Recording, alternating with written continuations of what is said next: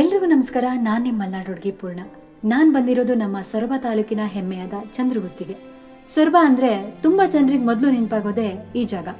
ವರ್ಷ ಪೂರ್ತಿ ಸಾವಿರಾರು ಜನರು ಭಕ್ತರು ಹಾಗೇನೆ ಪ್ರವಾಸಿಗರು ಇಲ್ಲಿಗೆ ಬರ್ತಾರೆ.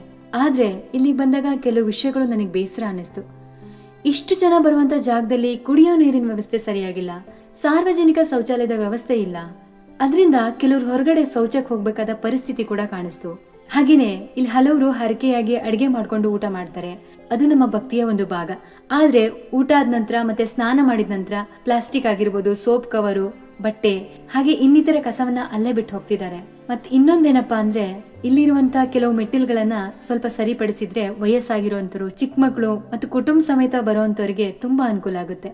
ಚಂದ್ರಗುತ್ತಿ ನಮ್ಮೆಲ್ಲರ ಹೆಮ್ಮೆ. ಕುಡಿಯೋ ನೀರು, ಶೌಚಾಲಯ, ಸ್ವಚ್ಛತೆ ಮತ್ತೆ ಸುರಕ್ಷಿತ ಮೆಟ್ಟಿಲುಗಳಂತಹ ಮೂಲಭೂತ ಸೌಲಭ್ಯಗಳು ಇನ್ನಷ್ಟು ಉತ್ತಮ ಆಗಬೇಕು. ಇಲ್ಲಿ ಬರುವಂತ ಎಲ್ರಿಗೂ ಅನುಕೂಲ ಆಗುತ್ತೆ. ನಾವು ಕೂಡ ಈ ಜಾಗಕ್ಕೆ ಬಂದಾಗ ಸ್ವಚ್ಛತೆ ಕಾಪಾಡೋಣ. ಯಾಕಂದ್ರೆ ಚಂದ್ರಗುತ್ತಿ ಕೇವಲ ಒಂದು ಕ್ಷೇತ್ರ ಮಾತ್ರ ಅಲ್ಲ, ಅದು ನಮ್ಮ ಇತಿಹಾಸ, ನಮ್ಮ ನಂಬಿಕೆ ಮತ್ತೆ ನಮ್ಮ ಹೆಮ್ಮೆ. ನಾವು ಕೂಡ ಸ್ವಚ್ಛತೆ ಕಾಪಾಡಿ ಈ ಪವಿತ್ರ ಸ್ಥಳದ ಗೌರವನ್ನ ಉಳಿಸೋಣ.